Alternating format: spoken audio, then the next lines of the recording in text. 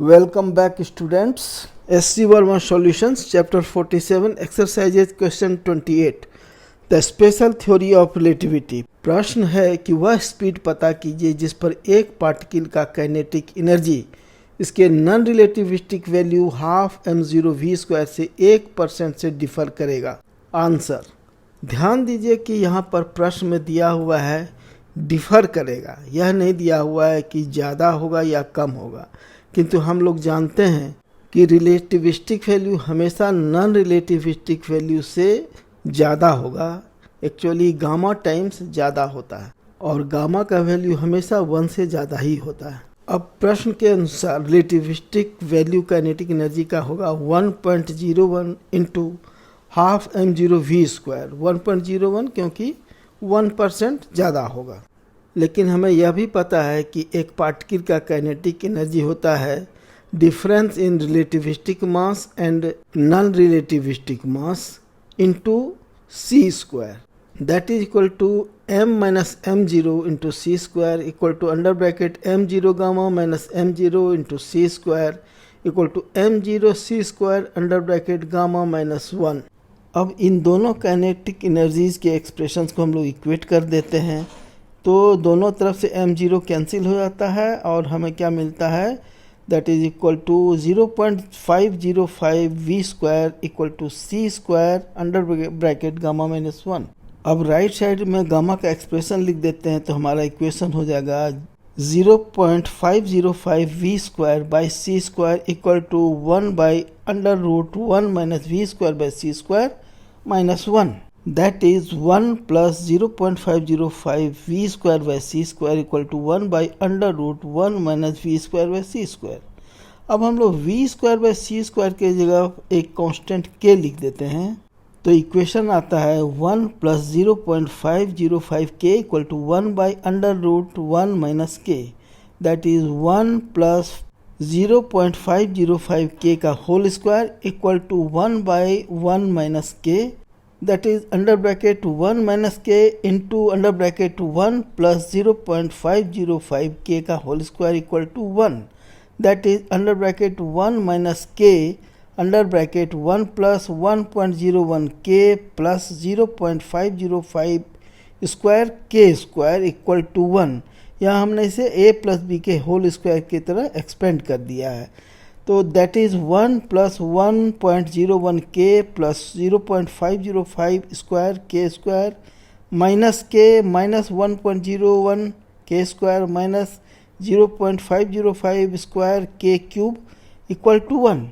यानी इसे एक्सपेंड करने के लिए सबसे पहले हमने इस 3 टर्म वाले ब्रैकेट में 1 से गुना किया, मल्टीप्लाई किया और फिर माइनस k से इसमें पूरे में मल्टीप्लाई किया तो हमारा इसमें 6 टर्म्स आ गया लेफ्ट हैंड साइड में। अब इसको सेम टर्म्स को अलजेब्राइकली जोड़ने पर क्या आता है 0.01 k minus 0.755 k square minus 0.505 square k cube equal to 0, that is k हम लोग इसमें कॉमन ले लेते हैं k under bracket 0.01 minus 0.755 k minus 0.505 square k square equal to 0। अब यहाँ लेफ्ट हैंड साइड में हमें 2 फैक्टर्स हैं, एक k और एक ये अंडर ब्रैकेट वाला, लेकिन इस दोनों का मल्टीप्लिकेशन जो है, इन दोनों का प्रोडक्ट है दोनों फैक्टर का, ये इक्वल टू 0 है राइट हैंड साइड में।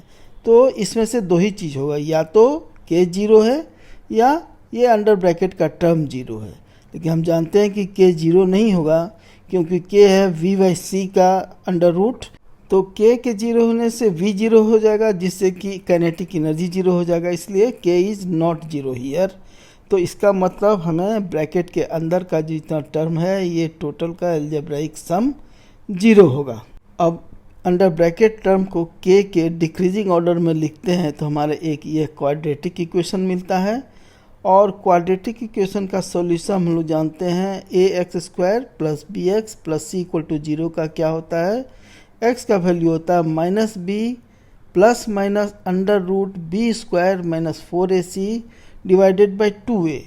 तो उससे जब हम लोग कैलकुलेट करते हैं k का वैल्यू तो हमें क्या आता है minus 2.96 plus under root under bracket 2.96 का square plus 4 into 0.039 under bracket, और इस पूरे में डिवाइडेड बाई 2 हो जाएगा क्योंकि 2a होता है डिनोमिनेटर, तो a हमारा यहाँ पर 1 है तो 2 हो जाएगा।